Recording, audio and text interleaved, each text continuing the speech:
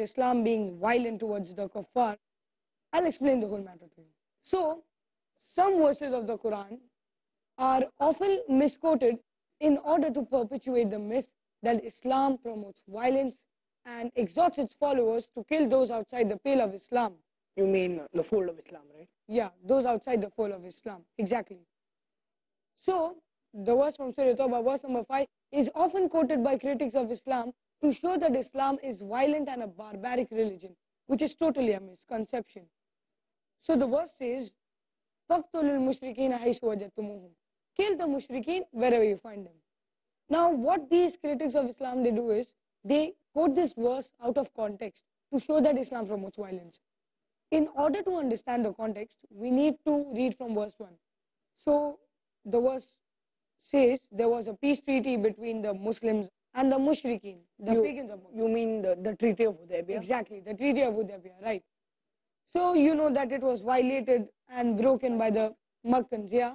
And then a period of 4 months was given to them to make amends. If not, then war would be declared against them. So the verse says, when the forbidden months are past, then fight and slay the pagans where you find them, and seize them and beleaguer them, and lie in wait for them in every stratagem of war. But if they repent and establish regular prayers and give regular charity, then open the way for them. For Allah is a forgiving, most merciful. So this verse was revealed during a battle. Yeah, this verse was revealed during a battle to boost the morale of the Muslims. Nothing else.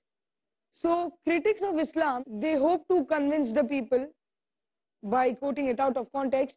They hope to convince the people that Islam is violent and really brutal. But if somebody does that, you should examine the context and then explain the whole matter to him. So that's Satan's trick, yeah. I kind of understand now. And may Allah just protect us from the traps of Satan. Ameen. Sure. Omar, I'll try and make it crystal clear to you rather than kind of make it just clear.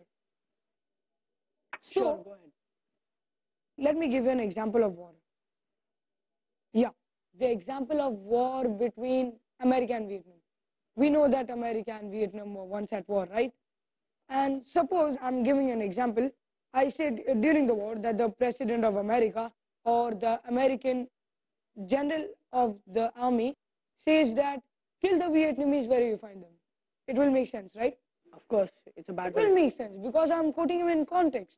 What if I just say that the president of America said, kill the Vietnamese wherever you find them? You're making him sound like a butcher. Exactly. I'm making him sound like a butcher because I'm not quoting him in context.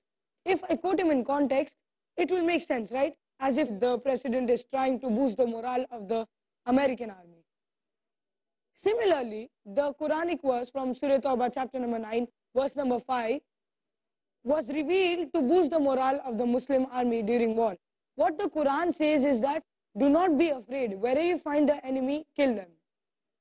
So this verse was actually revealed during a war to motivate the Muslims. Yes. I see. How evil is it to misquote, to misguide the masses and all? Yes, brother. It's a common practice nowadays, you know. I'll give you an example of one of the staunchest enemies of Islam. He's a critic of Islam, you know. So I think you've heard about Arun Shuri. I don't know much about him, even though I... So Arun Shuri is one of the staunchest enemies of Islam. He's a critic of Islam. And what he does is that he quotes the same reference. Surah Tawbah, chapter number 9, verse number 5, in his book, The World of Fatwas, on page 572. But what he does, look at his trick. He doesn't give the references. He just normally quotes it. Let me ask you, if you read a book normally without references, would you understand that he's made a mistake? No, of course not. So what he does, he directly jumps from verse 5 to 7 without giving the reference. So the person who is reading the book, he won't understand that there's a mistake and he skipped verse 6. But why would he do that? Like, why would he skip verse 6? You know why? Because verse 6 negates his allegation that Islam promotes violence and bloodshed. Well, the verse says, if any of the pagans ask thee for asylum, then grant it to him and escort him to a place which is secure for him and let him hear the word of Allah, for they are people without knowledge. So, let me ask you this question.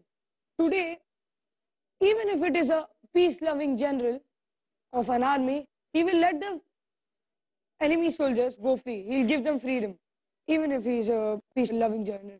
But you tell me, in an international scenario, which army general would not only give freedom to the enemy soldiers, but also escort them to a place of security and safety? In the modern world today, the maximum a general will do is let them free. But such a thing is impossible, next to impossible. It is impossible. So that is exactly what Allah subhanahu wa ta'ala is saying in the Quran, to promote peace instead of bloodshed and violence. So now you can correct your peacemaker NGO friend who seems to have got his argument from a really reliable source, Inshallah, I'll try, but it's only if he listens stubborn. Umar, you fret too much. Put your